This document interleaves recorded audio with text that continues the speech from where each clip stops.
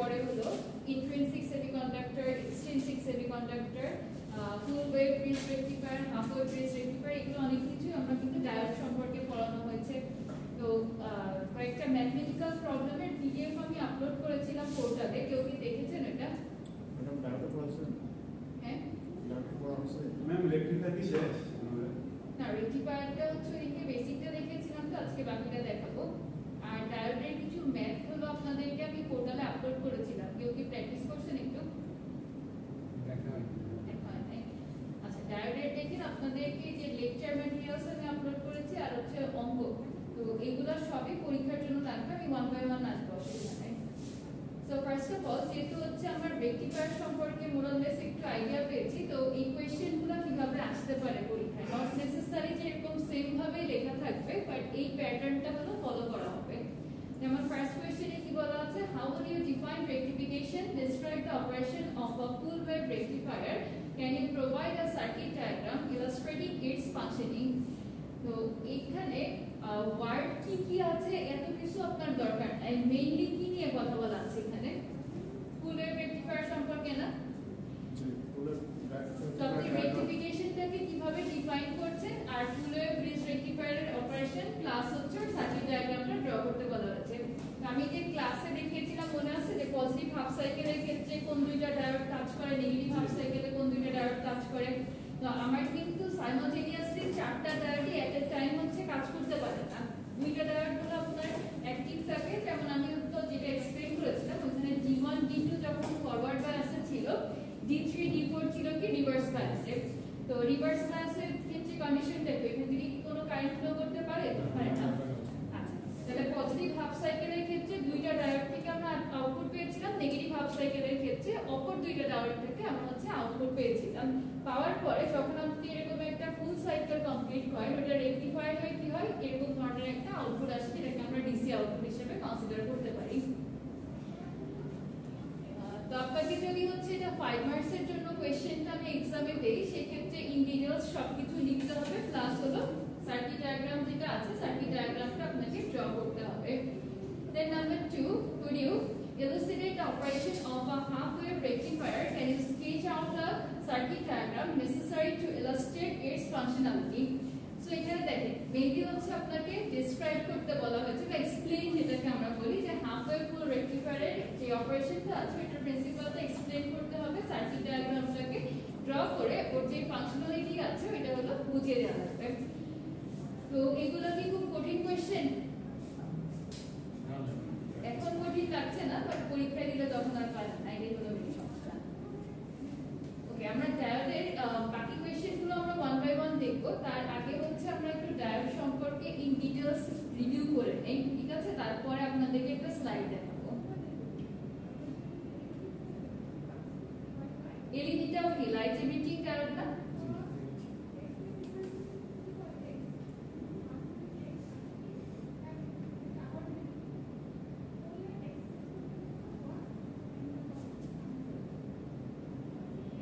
টিভির রিমোট কোথায় আছে কেউ জানেন?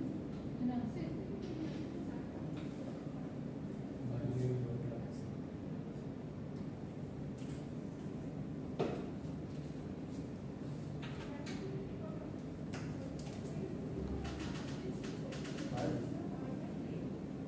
না না, এখানে তো বাস নেই।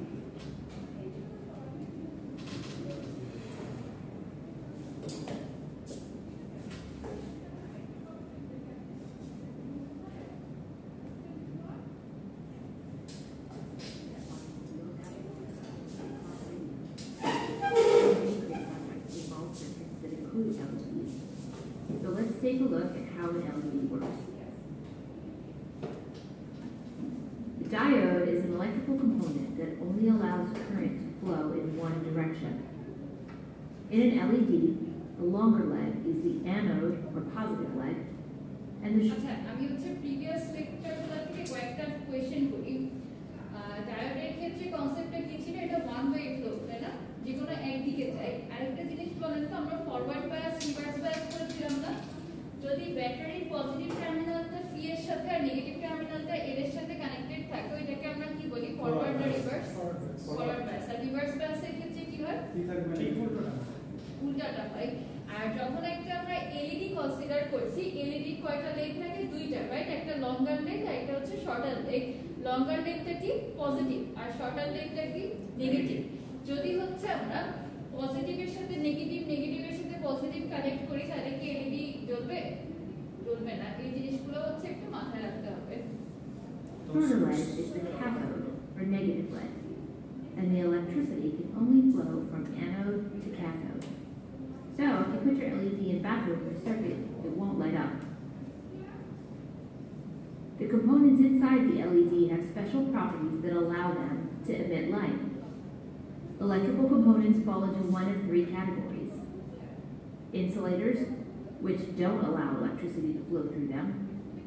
Conductors, which allow for the free flow of electricity. And semiconductors, which fall somewhere in between.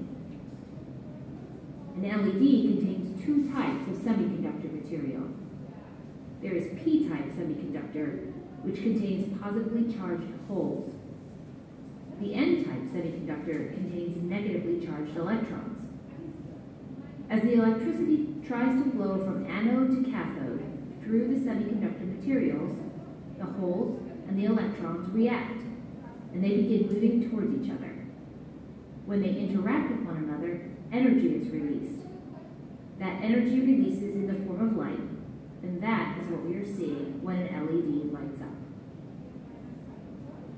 এটা দেখানোর মেইন উদ্দেশ্য হচ্ছে এগুলো শর্ট কোশ্চেন হিসেবে আপনাদের 1 or 2 মার্কসের জন্য আসতে পারে ঠিক আছে যে how LED actually works so এখানে হলো আপনাদের এই পজিটিভ নেগেটিভ টার্মটা ইউজ না করে অ্যানোড ক্যাথোড ব্যবহার করতে হবে ঠিক আছে তাহলে এখানে পজিটিভটাকে বেসিক্যালি আমরা কি বলি অ্যানোড বলি আর নেগেটিভটাকে কি বলা হয় ক্যাথোড তো আপনাকে যদি কোশ্চেন করা হয় এলইডি টার্মিনাল কয়টা বারবারতে তাহলে পজিটিভ নেগেটিভ দুইটা টার্মিনাল এভাবে না বলে বলবেন দুইটা টার্মিনাল অ্যানোড এন্ড ক্যাথোড ঠিক আছে আচ্ছা এবার হলো আমরা ডায়োডের আপনাদেরকে কি আইভি ক্যারেক্টারিস্টিক্স দেখিয়েছিলাম আমি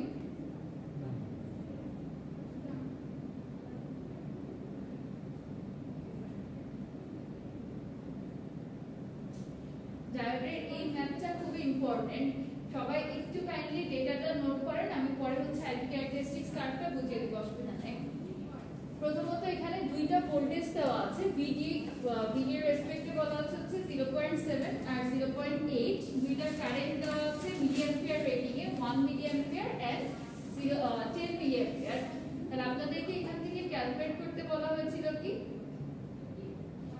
এটা থেকে আই নট যে কারেন্টটা আছে এই কারেন্টটাকে আপনাদের হচ্ছে লাস্টে ফাইন্ড আউট করতে হবে আইএস এর কারেন্টটা তাহলে ইকুয়েশন যখন আমরা অ্যাপ্লাই করি মেইন ইকুয়েশনটা সবাই একটু কাইন্ডলি খাতায় নোট করবেন IT is equal to IS e to the power VT divided by NVT তো এই ইকুয়েশনটাকে আমরা দুই ভাবে অ্যাপ্লাই করতে পারি মানে হচ্ছে যখন দুইটা ভ্যালু দেওয়া আছে তখন আমরা ডায়োড 1 আর 2 দুইটার অ্যাক্রসে হচ্ছে ক্যালকুলেশনটাকে দেখাবো তাহলে এখানে ফিক্স থাকে কোনটা এক্সপোনেনশিয়াল যে ভ্যালু এক্সপোনেনশিয়ালের তো আপনারা কোনো কিছু চেঞ্জ করতে পারবেন না তাই না রুম টেম্পারেচার যে ভোল্টেজটা আছে এমভিটি এটাকেও আপনি চেঞ্জ করতে পারবেন না তাহলে চেঞ্জ হয় হচ্ছে কারেন্টে আর হলো ভোল্টেজে সো যখনই আপনি 1 2 দিয়ে লিখতে যাবেন তখনই IT 1 হয়ে যাবে VD 1 আসবে আবার IT 2 হবে VD 2 হবে এভাবে হচ্ছে ইকুয়েশনটা চেঞ্জ করতে হয় তো এই অঙ্কটা এখন দেখাচ্ছি তার একটা কারণ আছে কারণ পরীক্ষায় আপনাদের এই ম্যাথটা দুই ভাবে আসতে পারে একটা হলো আমি এরকম ভাবে টেবুলার ফরম্যাটে ডিরেক্ট মানে ডেটাগুলো আপনাদেরকে প্রোভাইড করতে পারি অথবা এরকম ভাবে গ্রাফিক্যাল রিপ্রেজেন্টেশন থাকতে পারে যেখান থেকে আপনাকে ডেটা নিয়ে দেন হচ্ছে অঙ্কটা সলভ করতে হবে একটা জিনিস খেয়াল করেন সবাই আশা করি এই ধরনের ডেটাগুলো রিড করতে পারে তাই না যে আমার ভোল্টেজটা যখন a এক্সিস বরাবর কি দেখাচ্ছে ভোল্টেজের ভ্যালু আর y এক্সিস বরাবর কি আছে কারেন্ট তাহলে আমার যখন ভোল্টেজ 0.7 কারেন্টের ভ্যালু কত 1 আবার যখন ভোল্টেজ 0.8 কারেন্টের ভ্যালু কত 10 মিলিঅ্যাম্পিয়ার সো আপনার কোন ইউনিটে আছে এটাও একটু খেয়াল রাখতে হবে এট দ্য সেম টাইম কোন এক্সিসে আমি কি বসিয়েছি এগুলো আমাদেরকে গ্রাফ থেকে অনেক সময় বের করে আনতে হতে পারে মিলিঅ্যাম্পিয়ার থাকলে মিলিঅ্যাম্পিয়ার করব না আমার অ্যাম্পিয়ারে করব আচ্ছা একটা ভালো কোশ্চেন করছেন এখন একটা জিনিস খেয়াল করে দেখেন আমার আইডি 1 যেটা এটাও মিলিঅ্যাম্পিয়ারে দেওয়া আইডি 2 যেটা আছে সেটাও মিলিঅ্যাম্পিয়ারে দেওয়া তাই না আমরা যখন হচ্ছে আইএস টাকে ক্যালকুলেট করব এখানে বেসিক্যালি দুইটা ইকুয়েশন আমাকে ডিভাইড করতে হবে তো আপনি মিলিঅ্যাম্পিয়ারটা যদি অ্যাম্পিয়ারে কনভার্টও করে নেন তাও এই কাটাকাটি চলে যাবে ঠিক আছে সো একটা জিনিস লক্ষ্য করেন আমাদের কি 1000 মিলিঅ্যাম্পিয়ার ইজ ইকুয়াল টু আছে ওইটাকেও মিলি অ্যাম্পিয়ার থেকে অ্যাম্পিয়ারে কনভার্ট করব, আবার ID2 এর যে মান আছে ওকেও মিলি অ্যাম্পিয়ার থেকে অ্যাম্পিয়ারে কনভার্ট করব। আলটিমেটলি আমার নিউমেরেটর ডিনোমিনেটর বসালে কি ক্যান্সেল করে আপনার যাচ্ছিল তাই হয়ে যাচ্ছে না, বুঝতে পারছেন? এই জন্য হচ্ছে আমরা এইসব সময়গুলো আছে আসলে ওই কনভার্সনের দিকে যাব না। যদি আমার একটা ইকুয়েশন নিয়ে ডিল করতে হয় তখন অবভিয়াসলি আমি কনভার্ট করে নেব, ঠিক আছে? কারণ আপনি যে উপরেও 1000 দিয়ে যদি গুণ করেন বা ভাগ করেন নিচেও সেম কাজই করেন, তো এরকম ভাবে এটা ক্যান্সেল আউট হয়ে যায়, বুঝতে পেরেছেন? আচ্ছা, তাহলে আমার এখানে দুইটা ভ্যালুই মিলি অ্যাম্পিয়ার রেঞ্জে দেওয়া ছিল।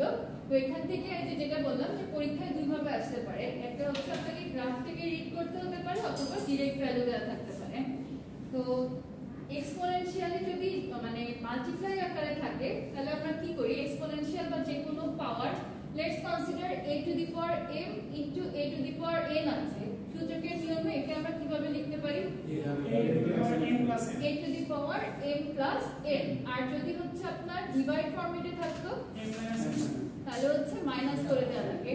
সেম রুলসটা হচ্ছে অ্যাপ্লিকেবল হবে এই অঙ্কটার জন্য। লক্ষ্য করেন আমার টার্গেট হচ্ছে is এর ভ্যালুটাকে ফাইন্ড আউট করা, রাইট? অনেকে ইকুয়েশন মুখস্থ বসায় দেয়, একদমই যে এই সমীকরণ যেটা আছে এটা মেমোরাইজ করে একদম ডাইরেক্ট ইকুয়েশন বসায়, কিন্তু আমি ডাইরেক্ট ইকুয়েশন বসাতে কখনোই এনকারেজ করি না, কারণ একটা কোনো প্যারামিটার ভুল হয়ে গেলে আপনার ফুল ম্যাথটাই জিরো পাবেন। তো আমরা ইকুয়েশন 1 ডিভাইডেড বাই 2 যদি করি সমীকরণটা কেমন আসবে, id1 divided by id2 is equal to right side is e to the power vd1 divided by nvt, আর ডিনোমিনেটরে থাকবে is e to the power vd2 divided by nvt, right? তাহলে আমার এখানে is R is cancel হয়ে যাবে। তো এই জায়গা থেকে আমরা এভাবে ক্যালকুলেট করতে পারি না, id1 divided by id2 is equal to e to the power, একটু আগে আপনারা বলেছেন যে যদি এরকম ভাবে ডিভাইড ফরম্যাটে থাকে আমরা মাইনাস করে লিখতে পারি, তাহলে vd1 nvt minus vd2 divided by nvt লেখা যায়। দেন হচ্ছে ডিনোমিনেটর থেকে আমরা কি করতে পারি, nvt টার্মটা কমন নিয়ে নিতে পারি না? nvt কমন নিলে নিউমেরেটরে থাকবে vd1 minus vd2। অলরেডি আপনার কাছে এখানে সব ভ্যালুগুলো নোন, রাইট? id1 id2 এগুলো সবই হচ্ছে আপনি জানেন। তো যদি আমি এই ইটাকে সরাতে চাই কি করতে হয়, এটা আছে এখন কোন অবস্থাটা ভাগ চিন্তা ভাবনা করে বলে ই কে সরাতে আমরা কি করব, এখান থেকে n এর মানটা আপনি যদি ক্যালকুলেট করতে পারেন n এর মান যে কোনো একটা ইকুয়েশনে বসিয়ে দিলে আইদার হচ্ছে ইকুয়েশন 1 আর 2 তে বসালে আপনি is টা পেয়ে যাবেন। কিন্তু এই অংশটাকে আমরা তো ডাইরেক্ট এভাবে আর ক্যালকুলেট করতে পারবো না, পারবো? কারণ আমার কাছে id1 এর ভ্যালু আছে, id2 এর ভ্যালু আছে, vd1 আছে, vd2 আছে, vt টা হচ্ছে বাই ডিফল্ট ফিক্সড একটা মান। যদি আমি রুম টেম্পারেচারে কনসিডার করি এটা হচ্ছে আপনার অ্যাপ্রক্সিমেটলি 0.026 ধরা হয়। এই ভ্যালুটা একটু কাইন্ডলি নোট করে রাখেন, 0.026 ভোল্ট। সো এটা হচ্ছে আমার একটা ফিক্সড ভ্যালু আমি বসাতে পারবো। আমার টার্গেট হচ্ছে প্রথমত n টাকে ফাইন্ড আউট করা। n আমি ফাইন্ড আউট করতে পারলে ইকুয়েশন 1 আর 2 তে বসিয়ে দিয়ে আমি is টাকে বের করতে পারবো। তাহলে এখন আমাকে বলেন এই ইটাকে সরাবো কিভাবে, ক্যালকুলেশন পরীক্ষার সময় শো করতে হবে, তাহলে কিভাবে সরাবো? লন ই এর মান কত কেউ জানেন?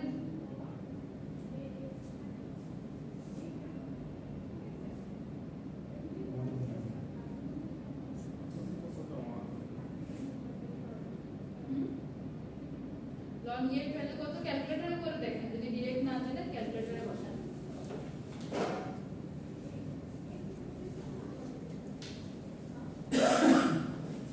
এখানে যে পাওয়ারটা ছিল এই পাওয়ারটাকে আমরা বেসে নিয়ে আসি, আর লন ই এর ভ্যালু বেসিক্যালি হচ্ছে 1।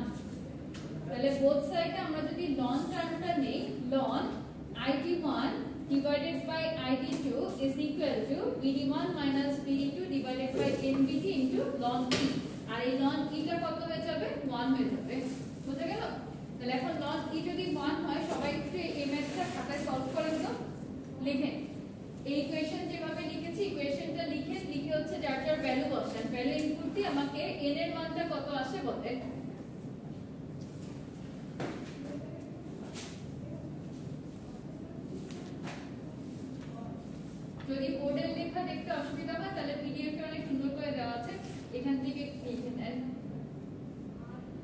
1 কোশ্চেনে given ছিল 1 ID2 হচ্ছে 10 তাহলে যেখানে 1 ডিভাইডেড বাই 10 করা PD1 বলা ছিল 0.7 PD2 হচ্ছে আপনার 0.8 n এর ভ্যালুতে ক্যালকুলেট করতে হবে আর VT হচ্ছে বাই ডিফল্ট 0.026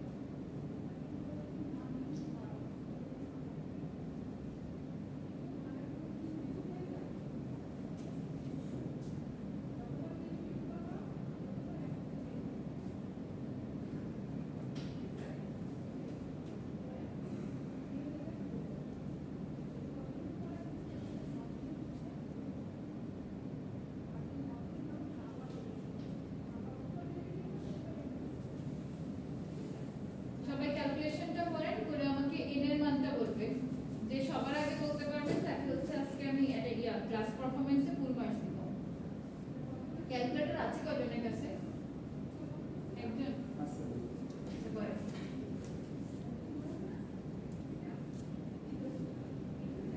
এখানে লন কেন আনলাম বুঝতে পেরেছেন এই ইটাকে সরানোর জন্য ক্যালকুলেটরে ডাইরেক্টও সলভ করা যায় বাট আমরা যদি ম্যাথমেটিক্যালি আর কি রুলস করে ফলো করতে চাই তাহলে বোথ সাইডে ফার্স্টে লন আনতে হবে পাওয়ারটাকে বেজে নিতে হবে নেয়ার পরে হচ্ছে লন ই এর ভ্যালু যেহেতু 1 এই টার্মটা টোটালি ক্যান্সেল হয়ে যাবে দেন হলো আপনি যে সাইড মাল্টিপ্লাই করে ভ্যালু বসিয়ে দিয়ে n এর মানটা বের করবেন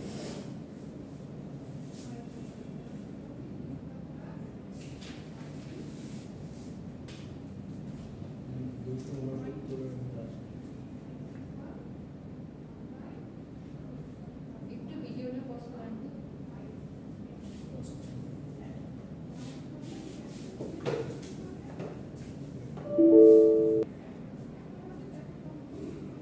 কারো কমপ্লিট হয়েছে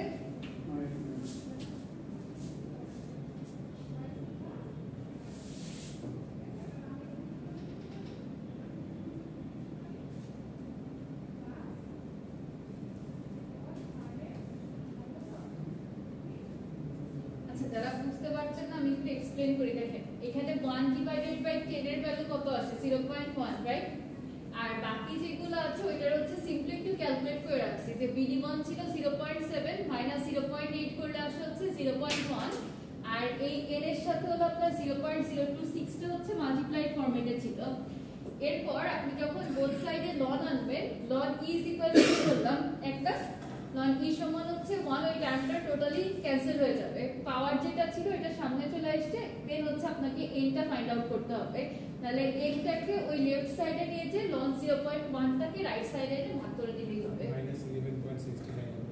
মাইনাস 11.69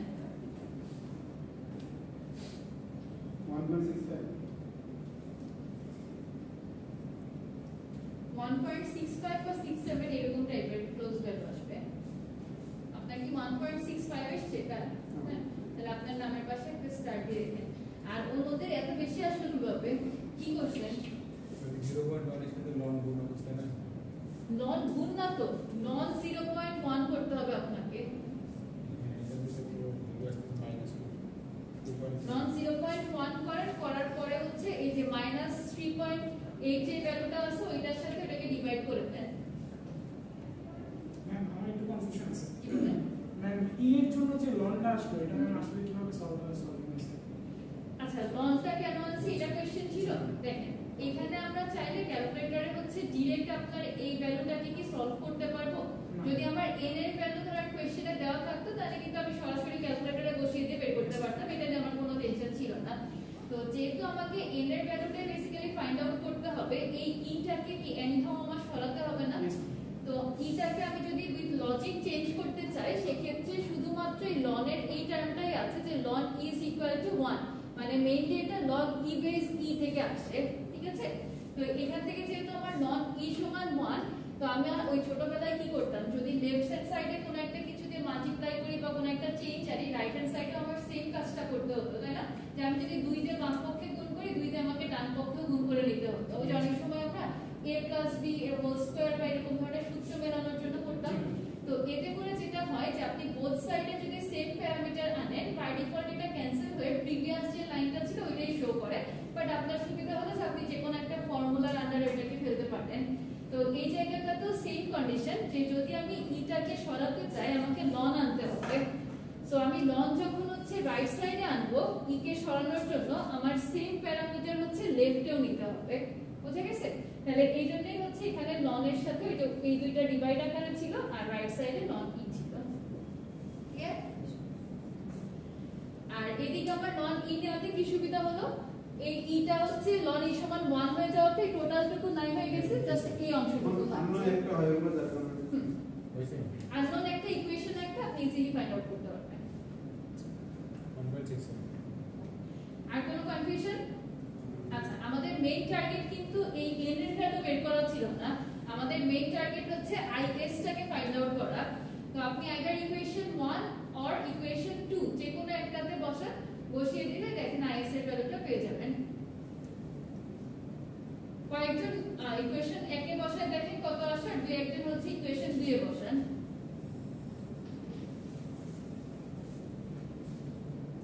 আর যখন ভ্যালু ইনপুট দিবেন অবশ্যই খেয়াল করে ID2 এর সাথে BD2 কে রাখবেন, ID1 এর সাথে BD1 কে রাখবেন, মিসম্যাচ যাতে না হয়।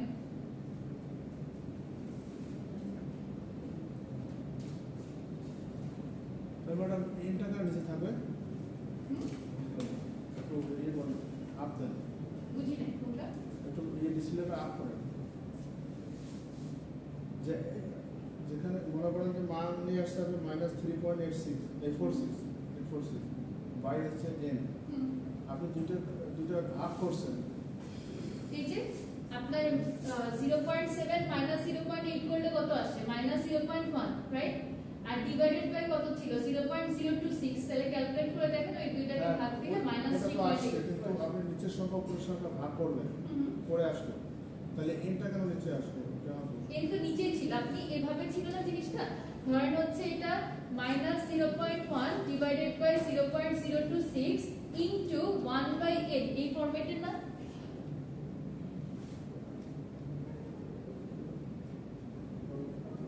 আবার তো লন ইউজ করতে হবে নাকি?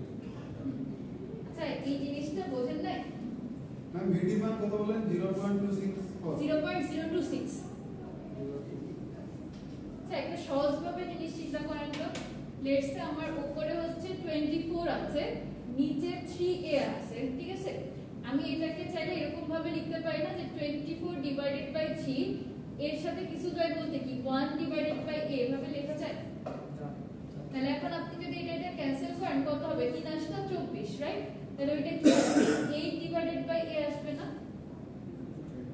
ওই এক্স্যাক্টলি সেম কাজটাই হচ্ছে এখানে করা আছে। কারণ আপনার ওই যখন এটা কাটলে 8 into 1/a আসে, 8 into 1/a লেখা যে কথা 8/a লেখা তো একই, ওই কাজই এখানে করা।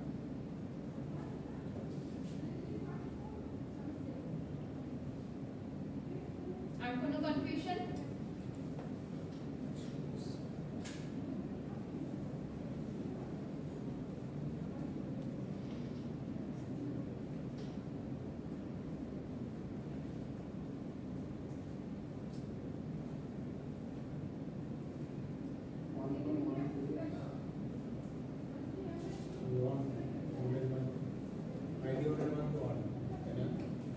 ID1 এর মান 1 না, ID1 0.1।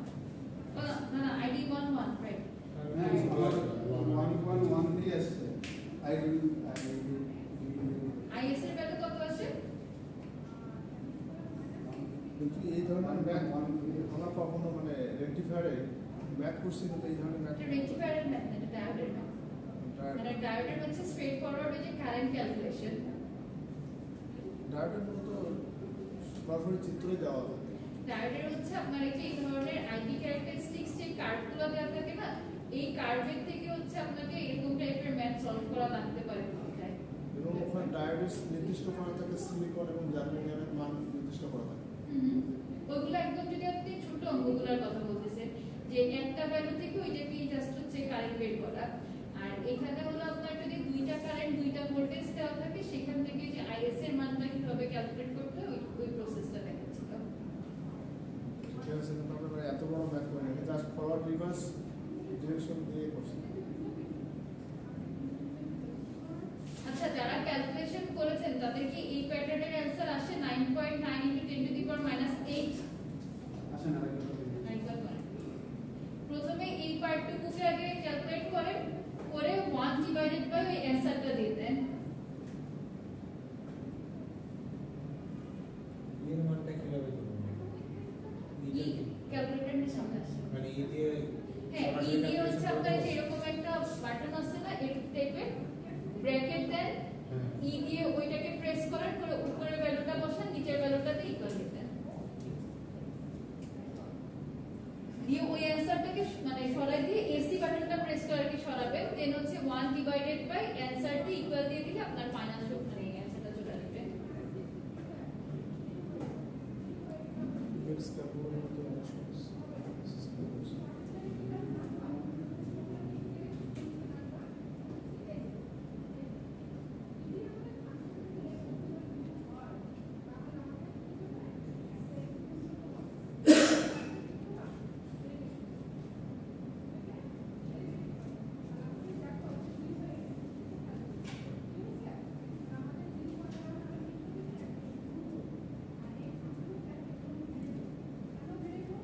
শেষ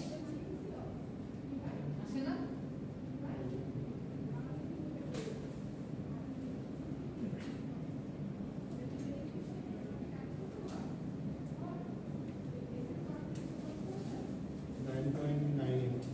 হ্যাঁ, 9.9 × 10⁻⁸ কত পাওয়ার? ওকে, 10⁻², ঠিক আছে। হ্যাঁ, এই প্যাটার্নের অঙ্কগুলো বাসায় একটু ভালো মতো প্র্যাকটিস করবেন, ঠিক আছে?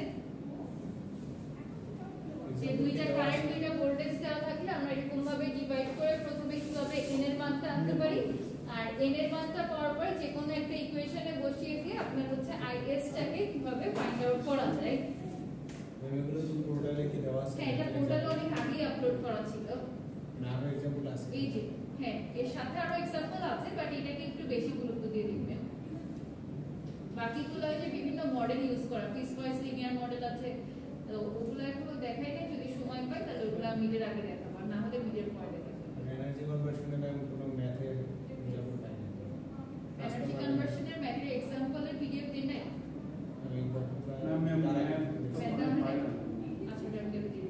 না ক্লাস করা ক্লাসে করেছিলাম, কিন্তু ক্লাসে কি আপনারা অ্যাটেন্ড করছেন? না এখন কই নাই, কোন ম্যাথটা কইছে সেটা এখন বন্ধ পাই না। কেন আপনাদের প্রিন্টার ক্লাসে? পোর্টালে নাই। ইএমএফ ইকুয়েশন দিয়ে করা হয়েছে। আচ্ছা, যদি হচ্ছে কারো থেকে ম্যানেজ করতে না পারেন তাহলে আইদার ইউটিউবে ভিডিও আছে এটা দেখবেন, অথবা হচ্ছে আমি পোর্টালে আপলোড করে দেবো। পোর্টালে কিন্তু ম্যাথ দিব আমি কয়েকটা প্র্যাকটিসের জন্য। এমনিতে আগের বই থেকে করছি। পোর্টালে নেই। আচ্ছা, এবার আবার একটু কোশ্চেনে ব্যাক করি। মেন হচ্ছে আপনাদের কোন পর্যন্ত ডিসকাস করেছিলাম? Could you explain the concept of a semiconductor, এই পর্যন্ত মনে হয়, তাই না? এরপরে আবার এই ম্যাথ লেখা থেকে না, দেন হচ্ছে right down the working principal of P type semiconductor with proper diagram. এরকম কোশ্চেন মনে হয় আমি আপনাদের ক্লাস টেস্টেও দিয়েছিলাম, যে পি টাইপ সেমিকন্ডাক্টর অথবা হচ্ছে এন টাইপ সেমিকন্ডাক্টরের ওয়ার্কিং প্রিন্সিপালটা প্রপার ডায়াগ্রাম দিয়ে ড্র করতে। তো যদি পরীক্ষায় এই ধরনের প্রশ্ন আসে, অবশ্যই হচ্ছে ছবিগুলো যখন আঁকবেন কার সাথে কাকে ড্রপিং করছেন এই জিনিসগুলো একটু মাথায় রাখবেন, ঠিক আছে? পি টাইপ সেমিকন্ডাক্টর দেখানোর জন্য আমার হচ্ছে গ্রুপ 4 এর সাথে কোন গ্রুপকে দিব? হচ্ছে আপনার জার্মানি গ্রুপ 3 কে দিব। 3 ফর एग्जांपल আপনি অ্যালুমিনিয়াম নিতে পারেন, ঠিক আছে? আর যখন হচ্ছে এন টাইপ দেখাবেন তখন গ্রুপ 4 এর সাথে কোনটা? Fine. 5. The next question to দেখেন, what is the operational principle behind an n-type semiconductor? Can you provide a diagram illustrating its functionality? So এটা হচ্ছে আপনাকে প্রথমত এই অপারেশনাল প্রিন্সিপালটা এক্সপ্লেইন করতে হবে আর একটা ছবি এঁকে জিনিসটাকে মানে ব্যাখ্যা করা লাগবে। তো কোশ্চেনের ল্যাঙ্গুয়েজ চাই হোক বাই ডিফল্ট ঘুরে ফিরে যা পড়াইছি তাই, তাই না? নেক্সট হচ্ছে দেখেন, রিভার্স বায়াসের এই প্রশ্নটা আপনার কয়েকভাবে আসতে পারে। এই প্যাটার্নটা একটু সবাই খাতায় নোট করে রাখেন, কারণ আমি এটা এডিট করে আপলোড দিতে সময় লাগবে, তো আপনাদের লেখা থাকলে পড়তে ইজি হবে। যে write down the working principle of reverse bias PN junction diode with proper diagram. Same question টা আবার আরেকভাবেও লেখা যায় যে what is the principle behind the operation of a reverse bias PN junction diode? Can you illustrate its functionality with a diagram? Next হচ্ছে same প্রশ্নটাকে আমরা আরেকভাবে বলতে পারি, could you articulate the principle behind the operation of a reverse bias PN junction diode? আচ্ছা দেখেন তো পরীক্ষায় যদি আমি এই ভাষাটা দিতাম তাহলে কি আপনারা কেউ বুঝতেন?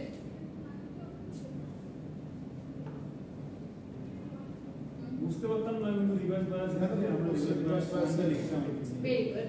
এই ধরনের একটু হচ্ছে ব্রেন ইউজ করতে হবে পরীক্ষার সময়। যদি মনে করেন কোশ্চেনের ফুল ল্যাঙ্গুয়েজ নাও বুঝেন, তারপরে হচ্ছে যেই কিওয়ার্ডগুলো ক্লাসে আমি বারবার বলেছি ওই টাইপের কোনো কিওয়ার্ড যদি পিক করতে পারেন তাহলে হলো ওই জিনিসটাকে এক্সপ্লেইন করে দিয়ে আসবেন। ক্লিয়ার? এই তিনটা প্রশ্ন একটু লিখে রাখেন। না সকালের যে আপনি ক্লাস নিলেন যে কোশ্চেন পেপারটা এই কোশ্চেন মানে এগুলো যদি আমরা ক্লিয়ার করতে পারি আমরা মিডটার্ম ইনশাআল্লাহ ভালো করতে পারবেন। আর এর সাথে আরো কিছু হচ্ছে অ্যাড হবে, কারণ আমাদের সিলেবাসের কিছু অংশ বাকি আছে, তো ওগুলো আমি ইনশাআল্লাহ নেক্সট ক্লাসের মধ্যে শেষ করে ফেলবো। আর সকালের ক্লাসও যেমন বললাম যে যদি দেখি যে ফ্রাইডের মধ্যে আমার সিলেবাস শেষ হচ্ছে না মিডটার্মে, তাহলে হচ্ছে একটা আমি অনলাইন ক্লাস নিব, ঠিক আছে? আর অনলাইন ক্লাসটা আমি বেশি দেরি করব না, কারণ শুক্রবারে ক্লাস শেষ হলো, শনিবারে বা শুক্রবারে রাতেই আপনাদের অনলাইন ক্লাসটা নিয়ে নিব। মানে এগুলা এই সপ্তাহে কোন দিকে দিয়ে দিলে মানে ভালো হবে? আমি আজকে বা কালকে সকালের মধ্যে ইনশাআল্লাহ আপলোড করে দেব।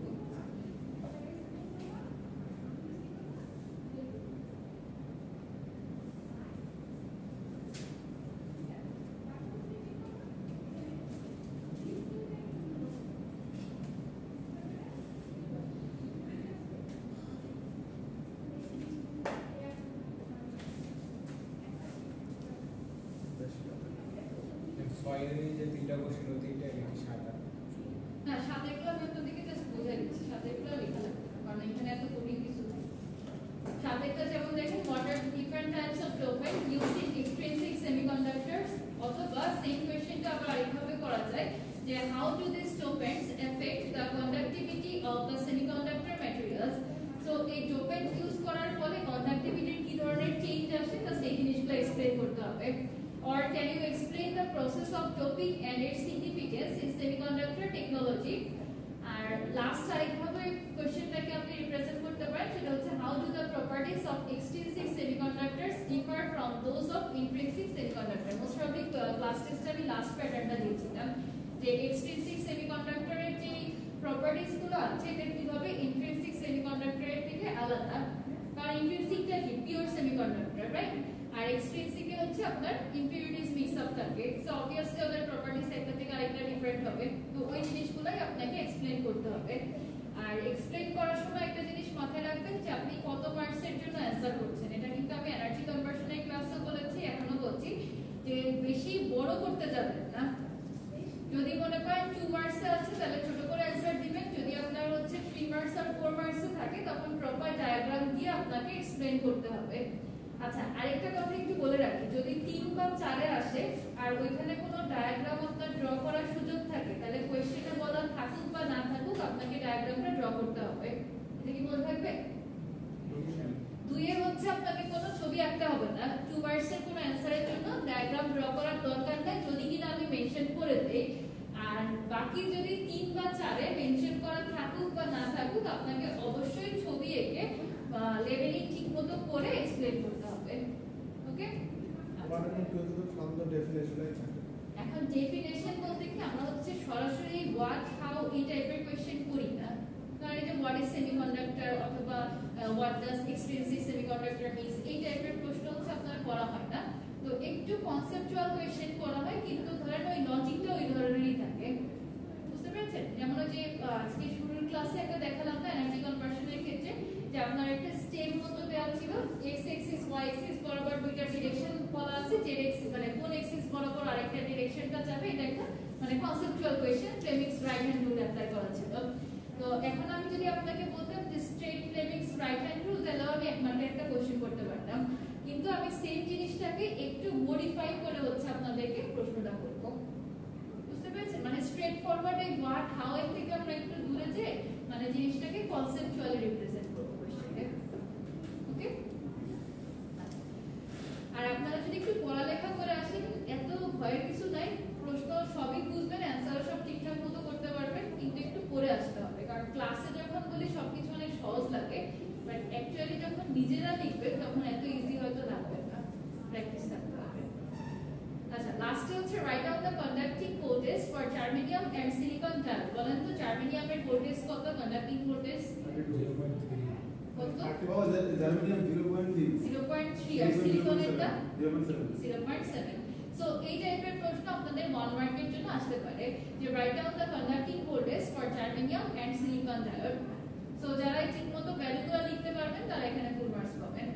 আর আরেকটা জিনিস হচ্ছে আপনার এই ইলেকট্রনিক সার্কিটের ক্ষেত্রে প্লাস পয়েন্ট যেটা, যে আপনি যদি হচ্ছে প্রপার ডায়াগ্রাম দিয়ে ঠিকভাবে এক্সপ্লেইন করতে পারেন নাম্বার পাওয়া যায়। এখানে নাম্বার কাটার সুযোগটা একটু কম আছে, কিন্তু ওই যে বললাম যে ছবিগুলো আপনাকে একটু ঠিকঠাক মতো ড্র করতে হবে, ডিরেকশন যেখানে আছে ওখানে ডিরেকশন দেওয়া লাগবে। যেমন হচ্ছে আমি লাস্ট ক্লাসগুলোতে অনেকবার রিপিট করেছিলাম, আজকে আরেকবার একটু দেখাই। এই স্লাইডটাকে আমি আপনাদের পোর্টালে আপলোড করছি, হাফওয়ে ফুলের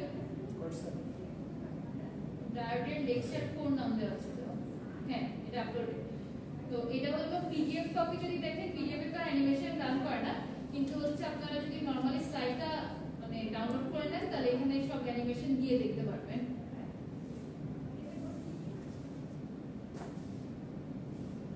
একদম ডায়োডের শুরুতে রিভিউ থেকে স্টার্ট করা আছে যে diode an electrical component that allows the flow of current in only one direction, block current in the opposite direction। এগুলো অলরেডি আপনারা জানেন। যে স্লাইডটা একবার গো থ্রু করেন তো কোথাও কোনো কনফিউশন থাকলে আমাকে জিজ্ঞেস করতে পারেন।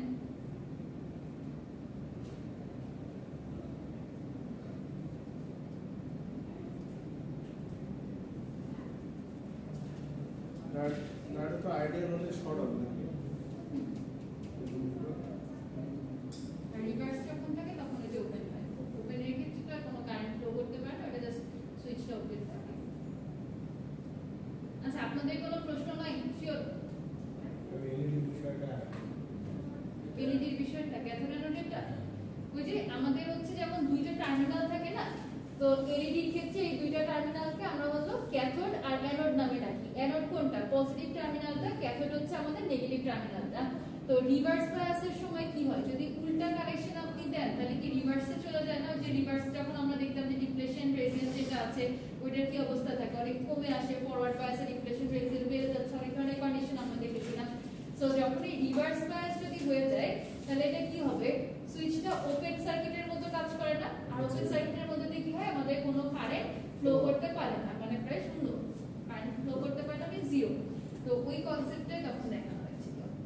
ওটাতে সেমই থাকবে। এখানে একটা জিনিস খেয়াল করে দেখেন, এই যে এই ডায়োডটা যখন হচ্ছে আপনার ফরওয়ার্ড বায়াসে কানেকশন পাচ্ছে তখন এলইডিটা জ্বলে উঠবে, এটা জ্বলে উঠতেছে, রাইট? আর যখনই আপনার রিভার্স বায়াস দিচ্ছে তখনই এটা আর জ্বলতেছে না। এইটাই।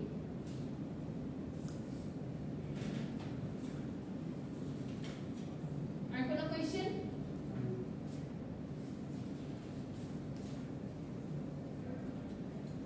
আচ্ছা, আপনি বলেন তো এখানে 0.7 দেওয়া কেন?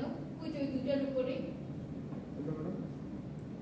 0.7 সিলিকনের মান দেওয়া আছে। বাই ডিফল্ট এখানে ভোল্টেজ ড্রপটা কত থাকে? 0.7 থাকে। সো অনেক কম্পেয়ার ক্ষেত্রে আপনাদেরকে এই 0.7টা কোশ্চেনে দেওয়া না থাকলেও ইউজ করতে হবে। ডায়োড উল্লেখ করা মান না হলে চলে। হ্যাঁ, নাসিম ভাই ঘুমাইতেছে, নাসিম ভাই ঘুমাইতেছে।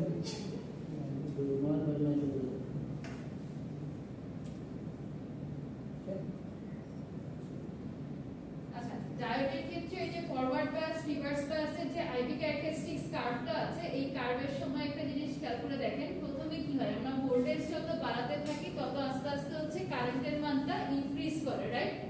তো ভোল্টেজ বাড়াতে বাড়াতে যদি এমন একটা পজিশনে চলে যায় যে যেখানে হচ্ছে আপনার ডায়োডটা কাজ করবে না, ওয়ার্কিং কন্ডিশনে থাকে না, বরং আরো নষ্ট হয়ে যায়, ওইখান থেকে আবার কি হবে, আমাদের একটা ওই পয়েন্টটাকে আমরা বলি হচ্ছে ব্রেকডাউন ভোল্টেজ বা ব্রেকডাউন পয়েন্ট।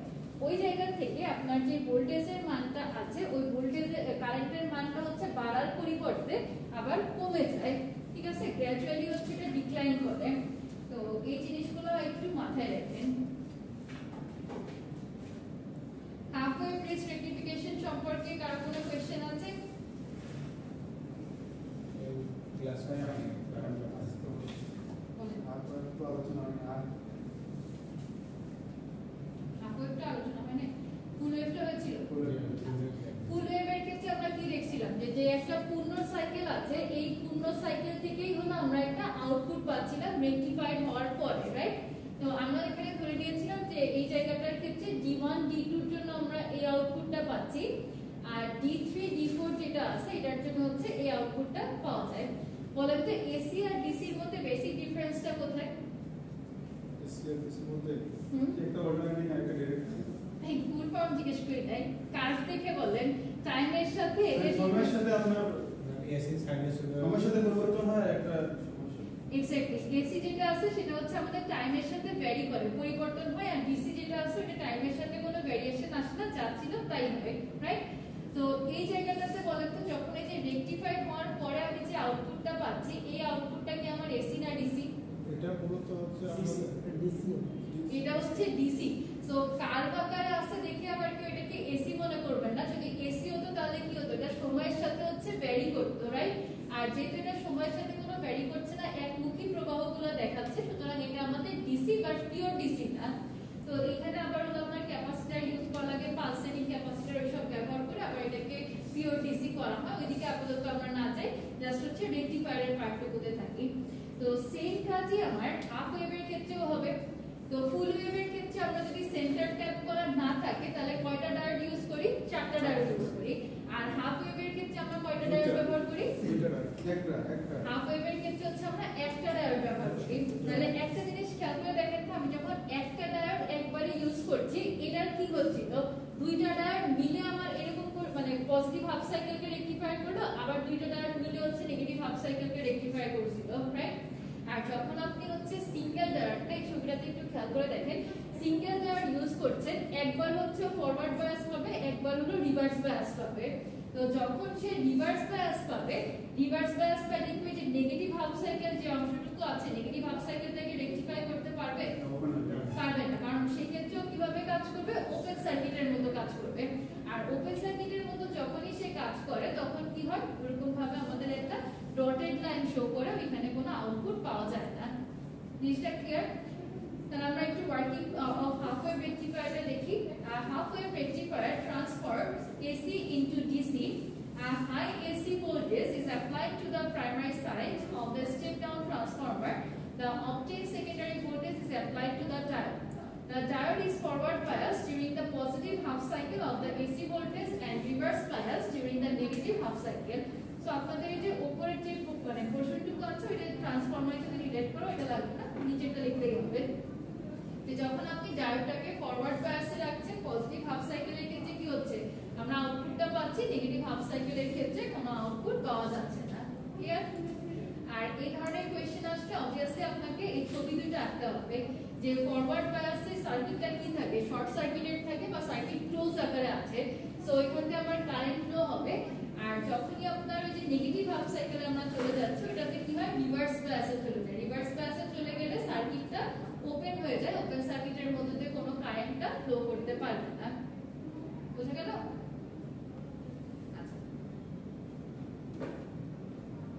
এখানে ওই যে মানে এতক্ষণ যা কথাবার্তা বললাম ওই জিনিসটা কি অ্যানিমেটেড আকারে দেখানো আছে। যে ফার্স্ট ক্লাসে আমি যখন অন্য টপিক বোঝাতে চাই এদেরকে এনেছিলাম, তো ফুল ওয়েভের ক্ষেত্রে কিছু আমরা অ্যানিমেশন দেখলাম না, যে কিভাবে দুইটা ডায়োড দুইটা করে অ্যাক্টিভ হয়। তো এই জায়গাটাতেও আপনার হাফ ওয়েভের সময় দেখেন একটা জিনিস খেয়াল করে, যখন পজিটিভ হাফ সাইকেলে আছে, পজিটিভ হাফ সাইকেলে কিভাবে মুভ করছে, প্লাস এরকম এন্টার করে তারপরে হচ্ছে বাকি সাইকেলটুকুকে আমার কমপ্লিট করতে। কিন্তু যখনই নেগেটিভে যাচ্ছে, নেগেটিভে গেলে সার্কিটটা ওপেন থাকে, এখন আপাতত কিন্তু ক্লোজে দেখাচ্ছিল, তারপর যখন ওপেন হয়ে যায় তখন ওইটুকুর মধ্যে দিয়ে কি হবে, আটকে যায়, আর বাকিটুকু কি পাস করতে পারবে? বাকিটুকু পাস করতে পারবে না। সো এখান থেকে আমার আউটপুটটা স্ট্রেট লাইন হয়ে যাবে, মানে কোনো আউটপুট এখানে আসবে না। অ্যানিমেশনটা একটু ভালো মতো খেয়াল করেন, দেখেন যখন এই ওপেন সার্কিট দেখাচ্ছে এই পর্যন্ত আর মুভ করতে পারবে না, কারণ ওপেনের দিক থেকে কি আর কারেন্ট ফ্লো করে না। আর যখনই হচ্ছে আপনার এই ডায়োডটাকে ক্লোজ দেখাচ্ছে, সুতরাং এই পুরোটার মধ্যে দিয়ে ফ্লো করে, ওই অংশটুকু থেকেই আমরা এই আউটপুটটা পেয়ে যাই। ক্লিয়ার? একবার একটু পড়ে দেখেন, যদি কোনো কোয়েশ্চেন থাকে জিজ্ঞেস করতে পারেন। রেকটিফায়ারটা কিভাবে হচ্ছে প্রসেসটা এখানে এক্সপ্লেইন করা আছে। তাহলে ফুল ওয়েভ রেকটিফায়ার মানে full wave this centre tap এই দুটোর মধ্যে আউটপুট তো একই হইতেছে মানে এই দুটোর মধ্যে পার্থক্যটা কি? সেন্টার ট্যাপের সময় দেখেন আপনার সেন্টার ট্যাপে একটা পাবে এইভাবে করা সেন্টার ট্যাপ যখন আপনার এই মাঝের পোরশনটাতে এরকম ট্যাপিং করা আছে তখন হচ্ছে একবার উপরের পোরশনটাকে নিয়ে কাজ করা হয়, একবার হচ্ছে নিচের পোরশনটাকে নিয়ে কাজ করা হয়। আউটপুট অবশ্যই আউটপুট হবে। দেখেন আমি দেখাই ফুল ওয়েভের সাথে তো এই যে সেন্টার ট্যাপের ক্ষেত্রে এই জিনিসটা একটু খেয়াল করে দেখেন। আপনি যখন হাফ ওয়েভের জন্য যাচ্ছেন, হাফ ওয়েভে কিন্তু আপনার ওই ডায়োড একবার ফরওয়ার্ডে চলে গেল, ওই ডায়োডটাকেই আপনি আবার হচ্ছে যখন রিভার্সে নিচ্ছেন তখন ওইটা ওপেন হয়ে যাচ্ছে, যার ফলে এখান থেকে আর কোনো কারেন্ট পাস করতে পারছে না। কিন্তু সেন্টার ট্যাপে আপনার ডায়োড কয়টা থাকতেছে? দুইটা থাকছে। তাহলে সেন্টার ট্যাপে যখন আপনি ফরওয়ার্ড বায়াসের জন্য যাচ্ছেন, ফরওয়ার্ড বায়াসে এই কন্ডিশনটা হয় যে আপনার এই জায়গাটা থেকে মুভ করা স্টার্ট করছে, টোটাল পাথটা কমপ্লিট করতে পারলো, ঠিক আছে? তাহলে ওই অংশটুকু থেকে আমি আউটপুট কোনটা পেলাম? এইটা না? আবার দেখেন যখন আপনি এই নিচের এই পোরশনটাকে নিয়ে কনসিডার করছেন, এদিক থেকে মুভ করে এই অংশে ঢুকে তারপরে আবার হচ্ছে গ্রাউন্ডে চলে আসে, তাহলে আপনি যখন সেন্টার ট্যাপ করা অর্থাৎ এই বাকি অর্ধেকটুকুর মধ্যে তখনও কি ক্লোজ পাথ একটা পেয়ে যাচ্ছে। তাহলে ও যখন এখানে ক্লোজ পাথ পাচ্ছে দ্যাট মিন্স হচ্ছে না ফরওয়ার্ড বায়াস হলো, ঠিক না? উপরের ক্ষেত্রে একবার হচ্ছে যে ফরওয়ার্ড বায়াস হয় এখান থেকে যাই গেলে, আর নিচের যে পোরশনটুকু আছে ওইখানে হচ্ছে আপনার ফরওয়ার্ড বায়াস হলো D2 এর জন্য এই পোরশনটাকে মুভ করতে। সো আলটিমেটলি এই D1 এর জন্য পাচ্ছে হচ্ছে এই আউটপুটটা, D2 এর জন্য পাচ্ছে হচ্ছে এই আউটপুটটা। বুঝতে পেরেছেন? তাহলে আমার হাফ ওয়েভ ফুল ওয়েভ যেরকম ভাবে আউটপুট দেয় সেম আউটপুটই এ দিচ্ছে, কিন্তু ফুল ওয়েভের ক্ষেত্রে আমার চারটা ডায়োড লাগতো, সেন্টার ট্যাপ করতে হলো দুটো। হ্যাঁ ওখানে দুটো কোর্স থেকে দুটো দিয়ে আপনার যায় আপনার আউটপুট এখানে একটা পথ থাকতেছে একটা কম থাকতেছে, এখন আউটপুটটা একই হইতেছে। ওই যে আমরা ট্রান্সফরমার সেন্টার ট্যাপ করিটা করলে কি হয়? উপরের হাফের ভোল্টেজও নিতে পারেন বা নিচের হাফেরটাও নিতে পারেন, ওই একই ভাবে কনসেপ্টটা। সবাই কি বুঝতে পেরেছেন দুইটার মধ্যে ডিফারেন্সটা? আপনাদেরকে কিন্তু এই যে যখন ল্যাব বাই বাই প্রশ্ন করা হয় এই টাইপের কোশ্চেনগুলো করা হয়ে থাকে যে যদি আমরা সেন্টার ট্যাপ করি তাহলে হচ্ছে আউটপুটটা কেমন আসবে, সেক্ষেত্রে কয়টা ডায়োড ইউজ করা হয়, আর নরমালি ফুল ওয়েভ রেকটিফিকেশনের ক্ষেত্রে আমরা কয়টা ডায়োড ইউজ করে থাকি। তাহলে এটা একবার একটু প্রথম দিকে দেখাই। দেখেন সবাই ঠান্ডা মাথায় এখন D1 এরটা খেয়াল করবেন, ঠিক আছে? D1 টা যখন আমি নিচ্ছি ওর রেসপেক্টে D2 টা কি হবে? রিভার্সে চলে যাবে, মানে অফ থাকবে। তাহলে for a positive half cycle of the input voltage the polarities of the secondary voltage are shown in figure A. This condition forward biases diode D1 and reverse biases diode D2. Okay, so যখন আপনি এই কন্ডিশনটা apply করছেন D1 টা থাকছে forward বায়াসে অর্থাৎ close circuit হিসেবে, D2 টা থাকছে হচ্ছে আপনার রিভার্স বায়াসে ওপেন সার্কিট হিসেবে। আবার যখন আপনি নেগেটিভ হাফ সাইকেলে চলে যাচ্ছেন, নেগেটিভ হাফ সাইকেলে গেলে আমরা যখন এই কন্ডিশনটা অ্যাপ্লাই করতে যাচ্ছি D1 চলে যাচ্ছে রিভার্সে, D2 যেটা আছে সেটা চলে আসছে কোন দিকে? ফরওয়ার্ডে। কারণ আর্থিং তো এই যে এখানে শর্ট আছে।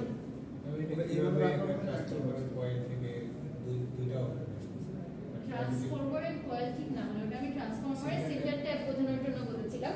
ট্রান্সফরমারের ক্ষেত্রে আমরা যখন সেন্টার ট্যাপ করি তখন এই ভোল্টেজটা কি হয়? আমি এই অংশটাকে নিয়েও কাজ করতে পারি অথবা এখান থেকেও নিয়ে কাজ করতে পারি, রাইট? তো এই জায়গাটাতে হচ্ছে আপনি যখন এরকম ভাবে সেন্টার ট্যাপ করে রাখবেন, এটিতে নরমালি ফুল ওয়েভের ক্ষেত্রে আমার কয়টা ডায়োড লাগে? চারটা ডায়োড লাগে না? এট এ টাইম কয়টা করে কাজ করে? দুইটা করে। আর যখন আপনি মাঝে এখানে এরকম ট্যাপ করে রাখছেন, সেন্টার ট্যাপ করা থাকছে, তখন আপনার এই যে ডায়োড একটা আছে এই ডায়োড থেকে যখন আপনি ফরওয়ার্ড বায়াস পাচ্ছেন নিচেরটা রিভার্সে চলে যাবে, আর যখন নিচেরটা ফরওয়ার্ডে আসে উপরেরটা রিভার্সে চলে আসবে, যার জন্য আউটপুটটা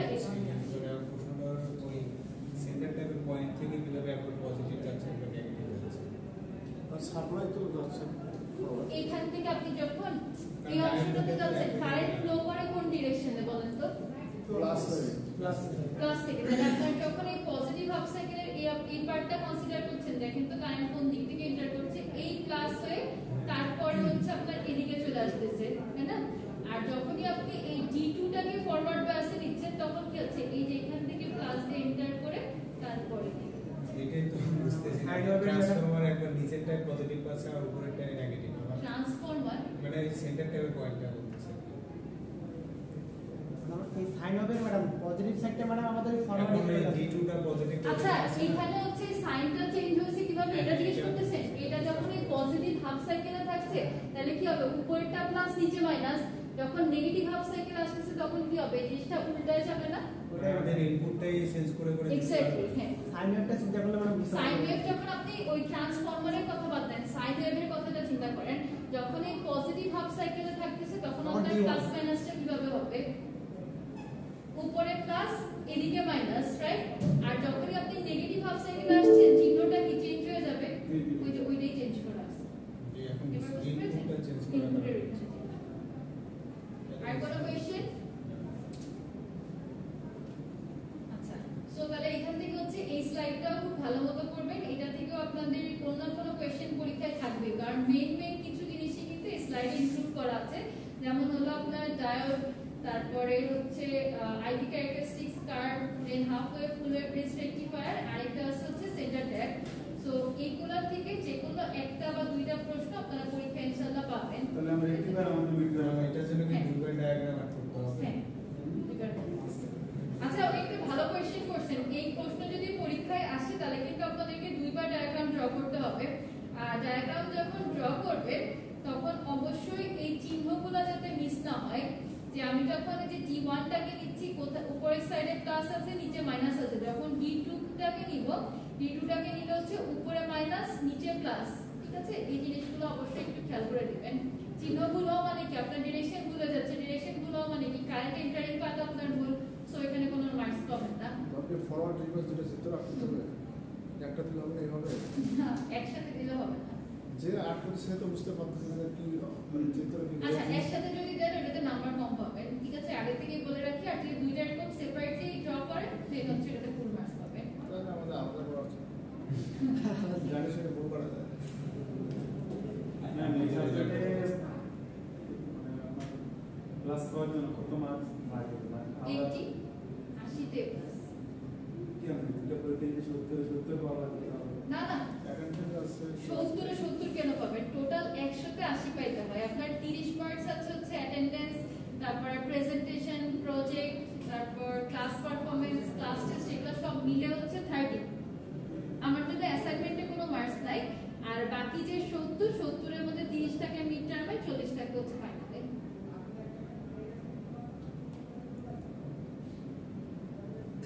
বাকি ওই 70 এ যদি 50 করতে পারেন মিড টার্ম ফাইনাল মিলে, তাহলে আপনারা 80 আর 51 কোনো সুযোগ নাই। যদি আপনি মোটামুটি 50 to 55 পাইতে পারেন তাহলে মনে করেন এই সাবজেক্টে A+ একদম যোগ্য হবে। 70 তে 50 পাওয়া কিন্তু খুব বড় একটা পরীক্ষা না। আর বাকি যে 30, ওই 30 এ যদি আপনি হচ্ছে প্রেজেন্টেশন ঠিকমতো দেন, তারপর হচ্ছে প্রজেক্ট করেন, তাহলে তো এমনি পাবেন। আচ্ছা প্রেজেন্টেশন কয়জন আপলোড করছেন গ্রুপে? প্রেজেন্টেশন কিন্তু আপনাদেরকে অবশ্যই আপলোড করতে হবে, কারণ এটার জন্য আলাদা মার্কিং করা হবে, ঠিক আছে? সো এখন কিন্তু আমাদের অনেকগুলো টপিকই কভার করা শেষ, তাই না? ডায়োড পড়িয়েছি আপনাদেরকে, দেন হচ্ছে সেমিকন্ডাক্টর সম্পর্কে পড়ানো হয়েছে, রেকটিফায়ার পড়ানো হয়েছে। তো এগুলোর মধ্যে থেকে যে কোনো একটা টপিক চুজ করে ইন্ডিভিজুয়ালি প্রেজেন্টেশন দিতে হবে। আর এই প্রেজেন্টেশনটা আমারই কঠিন কিছু না, বাসায় রেকর্ড করবেন, করে জাস্ট হচ্ছে গ্রুপে আপলোড করে দিবেন। আগে সেমিস্টারে যে ভিডিও লোডিং করে দিছি ফাইনাল আগে দিতে হবে না, ফাইনালের আগে দিলে হবে না, মিড টার্মে একটা দিতে হবে, ফাইনালে একটা দিতে হবে, মানে ইন টোটাল হচ্ছে মিনিমাম 2টা ভিডিও লাগবে। ম্যাডাম এখন মসফেট প্রবলেম মসফেট হচ্ছে ফাইনালে পড়াবো, মসফেট বিজেপি এগুলো ফাইনালে ইডিটি বলতে ট্রানজিস্টরের যে হ্যাঁ বাইপোলার জাংশন